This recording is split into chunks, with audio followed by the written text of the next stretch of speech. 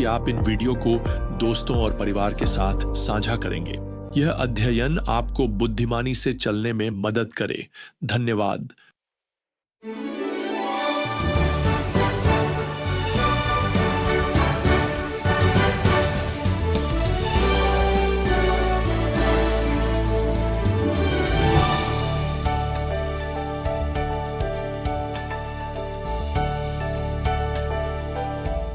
शायद आपने वह प्रसिद्ध कथन सुना होगा, हर चीज का उत्थान और पतन नेतृत्व पर निर्भर करता है। वैसे यह बाइबल से लिया गया कथन नहीं है, लेकिन यह जीवन का एक सिद्धांत जरूर दर्शाता है। चाहे आप किसी व्यवसाय, संगठन या यहां तक कि किसी स्थानीय चर्च की बात कर रहे हों। अब जब हम फिर से प्रथम तीमुथियुस की ओर लौट रहे हैं, पौलुस अपने युवा साथियों को स्थानीय चर्च में नेतृत्व के बारे में प्रेरित निर्देश दे रहा है और यह बहुत महत्वपूर्ण है। यहाँ तीसरे अध्याय में वह चर्च के नेताओं के लिए योग्यताओं की एक सूची प्रस्तुत करता है। अब यह तीसरा अध्याय इसलिए बहुत महत्वपूर्ण है क्योंकि यह योग्य प्राचीनों, योग्य पास्टरों और चर्च नेताओं को चुनने के लिए मानक स्थापित करता है। आप सिर्फ स्वयं सेवकों की तलाश नहीं कर रहे हैं, आप केवल उपस्थिति दर्ज कराने वालों की तलाश नहीं कर रहे हैं। देखिए, ये नेता काफी हद तक यह तय करेंगे कि स्थानीय चर्च का उत्थान होगा या पतन। अब पौलुस इन निरीक्षकों के लिए योग्यताओं से शुरू करता है। आप इसे पास्टर या प्राचीन भी कह सकते हैं। वह यहाँ पहले पद में लिखता है, यदि कोई निरीक्षक के पद की इच्छा करता है तो वह एक उत्तम कार्य की इच्छा करता है। मैं इसे एक जुनून की योग्यता मानना पसंद करता हूँ, क्योंकि यह दर्शाता है कि वह व्यक्ति वास्तव में प्राचीन के पद की इच्छा रखता है। असल में आकांक्षा और इच्छा के लिए प्रयुक्त शब्द बहुत मजबूत और भावनात्मक रूप से जोशीले शब्द हैं। दूसरे शब्दों में, आप किसी बेचारे व्यक्ति का हाथ मरोड़कर उसे इस भूमिका में सेवा करने के लिए मजबूर नहीं कर रहे हैं और तब तक नहीं मानेंगे जब तक वह हार न मान ले। अब यहाँ निरीक्षक के लिए जो शब्द है वह ग्रीक शब्द एपिस्कोपे है। अन्य अंशों में, विशेष रूप से प्रेरितों के काम अध्याय 20, इफिसियों अध्याय 4, तीतुस अध्याय 1 और प्रथम पतरस अध्याय 5 में, ये सभी ग्रंथ मिलकर इस एक पद के लिए हमें 3 अलग अलग शब्द देते हैं। प्राचीन शब्द इस पद की गरिमा और परिपक्वता को उजागर करता है। पास्तर चरवाहा शब्द भोजन कराने, सिखाने और चरवाही करने की प्राथमिकता को दर्शाता है। यह बाइबलीय सत्य के हरे भरे चारागाहों में झुंड को चराने की अवधारणा को प्रकट करता है। अब यह तीसरा शब्द अधीक्षक, जिसका यहाँ उपयोग किया गया है, अधिकार और नेतृत्व को उजागर करता है। अब नए नियम में प्राचीन शब्द सबसे सामान्य है, लेकिन ये तीनों शब्द एक ही कलीसिया के पद का उल्लेख करते हैं। प्राचीनों को आमतौर पर नए नियम की कलीसियाओं में बहुवचन रूप में देखा जाता है। वास्तव में प्रेरितों के काम अध्याय 20 एक ही स्थानीय कलीसिया में बहुवचन प्राचीनों का उल्लेख करता है। अब इसका यह अर्थ नहीं है कि एक बाइबल आधारित कलीसिया के लिए आपके पास प्राचीनों की बहुलता होना अनिवार्य है। कई कलीसियाएं छोटी होती हैं और यदि उनमें एक भी प्राचीन, एक भी पास्टर हो तो वह एक आशीर्वाद है। कई युवा पास्टर इस बहुलता को बनाने की जल्दी में प्राचीनों की नियुक्ति बहुत जल्दी कर देते हैं और पौलुस नहीं चाहता कि तीमुथियुस भी वही गलती करे। और हम यह जानते हैं क्योंकि अब पौलुस इन कलीसिया के नेताओं के लिए एक लंबी योग्यता सूची शुरू करता है। वह यहाँ दूसरे पद में यह कहकर शुरू करता है कि प्राचीन अधीक्षक निर्दोष होना चाहिए। अब इसका अर्थ है कि उसके जीवन में ऐसी कोई बात नहीं होनी चाहिए जिस पर सवाल उठाया जा सके। इसका मतलब वह पूर्ण नहीं है, लेकिन वह आत्मिक परिपक्वता के उस स्तर तक पहुंच गया है जहां उस पर भरोसा किया जा सकता है। आप कह सकते हैं कि यह योग्यता यहाँ दी गई हर अन्य योग्यता के लिए श्रेणीगत शीर्षक है। वह हर क्षेत्र में निर्दोष है। प्राचीन के जीवन का जो पहला विशिष्ट क्षेत्र संबोधित किया गया है वह है उसकी शादी। पौलुस यहाँ दूसरे पद में लिखता है कि उसे एक पत्नी का पति होना चाहिए। अब इसका यह मतलब नहीं है कि वह अविवाहित या विधुर पुरुष नहीं हो सकता। वास्तव में इस वाक्यांश का शाब्दिक अनुवाद है, उसे एक ही स्त्री का पुरुष होना चाहिए।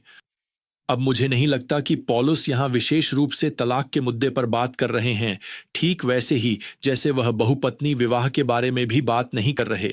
वास्तव में उनके समय को देखते हुए वह शायद विषम लैंगिक विवाह के मुद्दे को संबोधित कर रहे हैं। उसे एक ही स्त्री से विवाह करना चाहिए। खैर, जो हम जानते हैं वह यह है कि बाइबल एक पर्यवेक्षक से यह अपेक्षा करती है कि वह स्पष्ट रूप से सार्वजनिक रूप से उस स्त्री के प्रति समर्पित हो जिससे वह विवाहित है। अब अगली योग्यता यहाँ है सावधान चित्त होना, और इसका अर्थ है निर्णय में संयमित होना। वह अपने निर्णय लेने में स्पष्ट सोच वाला है। अगला, प्राचीन को आत्मनियंत्रित होना चाहिए। यह शब्द यहाँ भावनात्मक स्थिरता से संबंधित है। इसके बाद इस सूची में सम्माननीय शब्द आता है और इसका तात्पर्य है एक सुव्यवस्थित जीवन होना। वह बिना किसी उद्देश्य या योजना के जीवन में इधर उधर नहीं भटकता। अब पौलुस यहाँ दूसरे पद में कहता है कि पर्यवेक्षकों को अतिथि सत्कार करने वाला होना चाहिए। यह एक संयुक्त शब्द है जिसका शाब्दिक अर्थ है अजनबियों से प्रेम करना, अजनबियों के प्रति कृपालु होना। तो यहाँ सवाल है, वह उन लोगों के साथ कैसा व्यवहार करता है जिन्हें वह वास्तव में नहीं जानता। वह दुकान में उस मैकेनिक के साथ कैसा व्यवहार करता है, वह वेट्रेस के साथ कैसा व्यवहार करता है, वह वेटर को कितना टिप देता है, वह उन लोगों के साथ कैसा व्यवहार करता है जो बस उसके दरवाजे पर आ जाते हैं। क्या वह अजनबियों के प्रति कृपालु है? यहां अगली योग्यता है शिक्षा देने में सक्षम या योग्य होना। और वैसे यही एक योग्यता है जो प्राचीनों को सेवकों से अलग करती है इन विभिन्न नए नियम की योग्यताओं की सूचियों में। ये सूचियां लगभग समानार्थी हैं सिवाय प्राचीनों के लिए इस एक आवश्यकता के, और इसका कारण यह है कि प्राचीन का मुख्य कार्य क्या है? मंडली को परमेश्वर का वचन खिलाना। मैं कुछ ऐसे पास्टरों को जानता हूं जो अद्भुत सेवक बन सकते हैं। वे प्रभु से प्रेम करते हैं, वे मंडली की सेवा करना पसंद करते हैं, लेकिन वे सक्षम नहीं हैं, वे योग्य नहीं हैं, वे वचन सिखाने के लिए प्रतिभाशाली नहीं हैं। अब तीसरी आयत सूची में जोड़ती है कि एक अगुवा मद्यप नहीं होना चाहिए। शाब्दिक रूप से वह दाखमधु के पास नहीं होना चाहिए, यही इसका शाब्दिक अनुवाद होगा। हम कहेंगे कि वह पीने के लिए प्रसिद्ध नहीं है। अगर वह ऐसा होता तो वह एक बुरा उदाहरण होता, खासकर झुंड के युवाओं के लिए। यहां तीसरी आयत में एक और योग्यता है, वह हिंसक नहीं बल्कि कोमल और झगड़ालू नहीं होना चाहिए। दूसरे शब्दों में, अपने स्वभाव और व्यवहार में प्राचीन को लोगों के साथ धैर्यवान होना चाहिए, तर्कशील और दबाव डालने वाला नहीं, न ही शारीरिक रूप से आक्रामक। अगला, उसे धन का प्रेमी नहीं होना चाहिए, जिसका अर्थ है कि वह वित्तीय लाभ या भौतिक वस्तुओं पर केंद्रित नहीं है। वैसे यह सांसारिकता की एक विशेषता है ना? ईश्वर भक्ति की नहीं।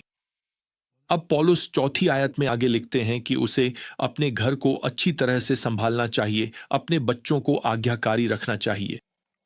अगर मंडली देखती है कि उसके बच्चे खुलेआम उसका अपमान कर रहे हैं और कोई अनुशासन नहीं है, तो यह उसकी साख को नुकसान पहुंचा सकता है। यह उसे इस भूमिका के लिए अयोग्य बना सकता है। वास्तव में पौलुस यहाँ 5वीं आयत में जोड़ते हैं कि अगर वह अपने ही घर को नहीं संभाल सकता तो वह परमेश्वर की कलीसिया की देखभाल कैसे करेगा। अब इसके साथ ही यह सूची 6ठी और 7वीं आयत में 2 और योग्यताओं के साथ समाप्त होती है।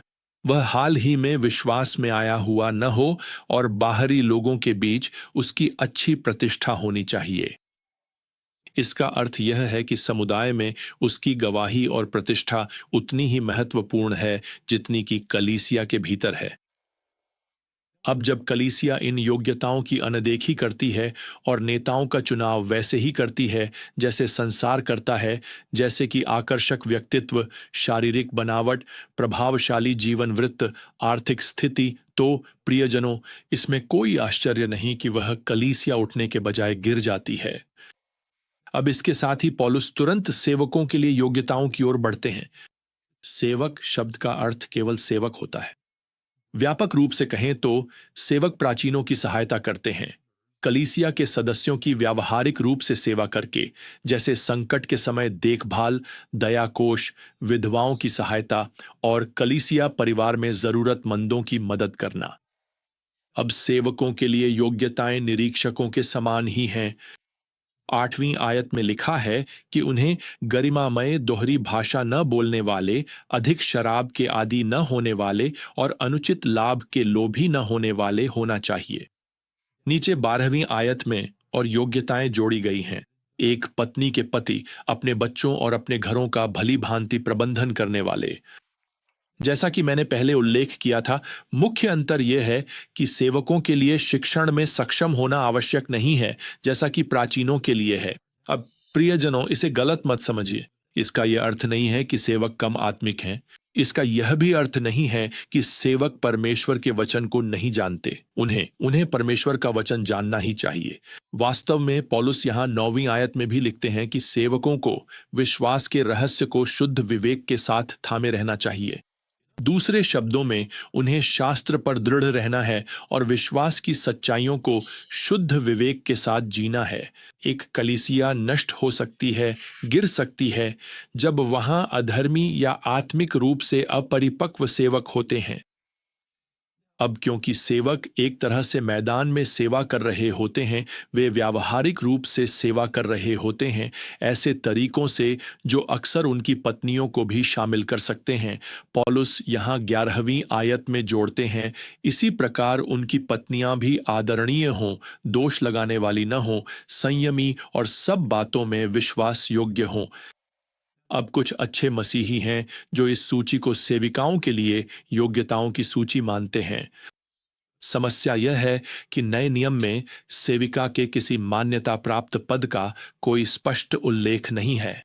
हालांकि यदि महिलाएं कलीसिया की सेवा कर रही हैं, तो व्यक्तिगत रूप से मुझे इसमें कोई समस्या नहीं दिखती कि उन्हें सेविका कहा जाए, जब तक कि वे वह नेतृत्व भूमिका नहीं निभा रही जिसके लिए कलीसिया में प्राचीन जिम्मेदार हैं। जिस कलीसिया में मैं दशकों से पास्टर रहा हूं, वहां 1000 से अधिक महिलाएं शरीर की सेवा करने के लिए स्वयं सेवक हैं। वास्तव में अगर वे एक रविवार को नहीं आती, तो मुझे नहीं लगता कि हम 5 मिनट भी संभाल पाएंगे। अब पौलुस तीमुथियुस से कहता है, यह जानकारी बहुत महत्वपूर्ण है ताकि कलीसिया के सदस्य जान सकें और समझ सकें पद 15 में कि परमेश्वर के घर में किस प्रकार व्यवहार करना चाहिए। इसके अलावा पौलुस जोड़ता है, कलीसिया कोई सामाजिक क्लब नहीं है। वह यहां लिखता है, यह सत्य का स्तंभ और आधार है। कलीसिया वही प्रकट कर रही है जिसे पौलुस यहां भक्ति का रहस्य कहता है, जो मसीह का सुसमाचार है, और यह यहां पद 16 में मसीह के जीवन में संक्षेपित है। तो प्रियजनों, मैं आपको बताना चाहता हूं कि अब समय आ गया है कि कलीसिया को कलीसिया की तरह व्यवहार करना चाहिए और अपने सुसमाचार प्रचार के मिशन पर लौट आना चाहिए। निश्चित रूप से अब समय आ गया है कि प्राचीन और सेवक परिपक्व हों, आगे बढ़ें और कलीसिया में अपने धर्मी सेवक नेतृत्व की भूमिका निभाए। अब समय आ गया है कि कलीसिया ऐसे नेताओं का चयन करे जो योग्य हों, क्योंकि यह सिद्धांत आज भी उतना ही सत्य है। हर चीज का उत्थान और पतन नेतृत्व पर निर्भर करता है। तो अगली बार तक प्रियजनों, प्रभु यीशु मसीह का अनुग्रह, परमेश्वर का प्रेम और पवित्र आत्मा की संगति आप सभी के साथ रहे। आमीन।